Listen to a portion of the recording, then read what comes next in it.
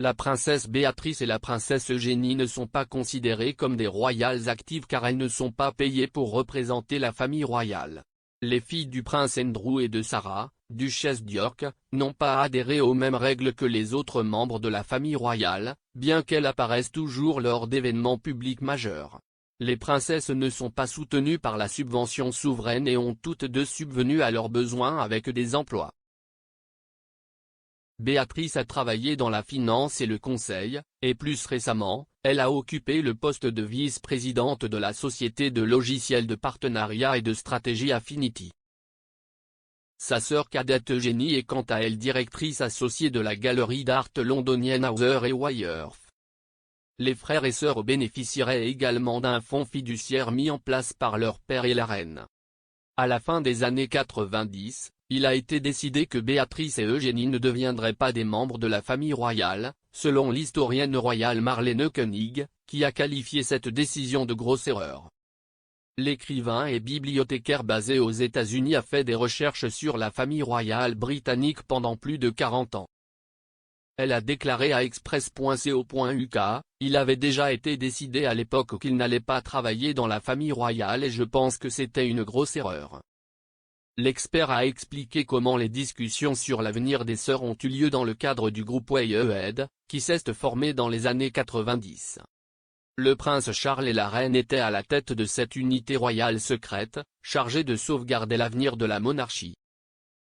Le groupe comprenait également le prince Philippe, la princesse Anne, le prince Andrew, le prince Edward, le lord Chamberlain et certains des secrétaires privés de la famille royale. Il a été formé en réponse à la série de crises dévastatrices qui ont assailli la famille royale dans les années 90. Bien qu'il ait été décidé que Béatrice et Eugénie ne travailleraient pas dans la famille royale, il y avait aussi des considérations sur les titres qu'elle utiliserait. Bien que le couple ne reçoive pas la subvention souveraine, ils ont toujours leur titre HRH, Her Royal Highness. Madame Koenig a déclaré, « Il y a eu une discussion sur le fait que les princesses d'York perdraient leur style royal et deviendraient des enfants d'un duc et cela a fait l'objet d'un veto.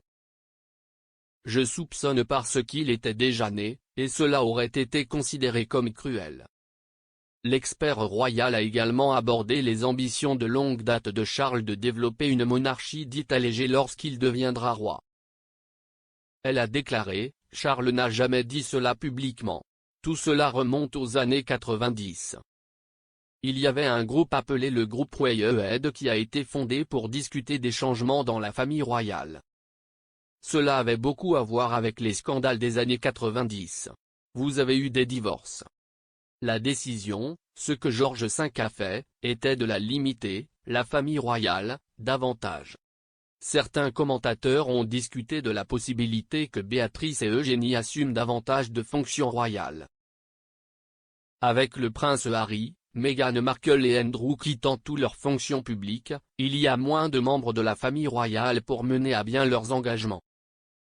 Madame Koenig a déclaré, « La perte d'Andrew et la perte de Harry et Meghan peuvent les amener à repenser un peu les choses pour voir comment ils font les choses.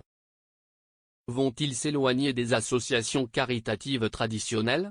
Des choses comme ça. »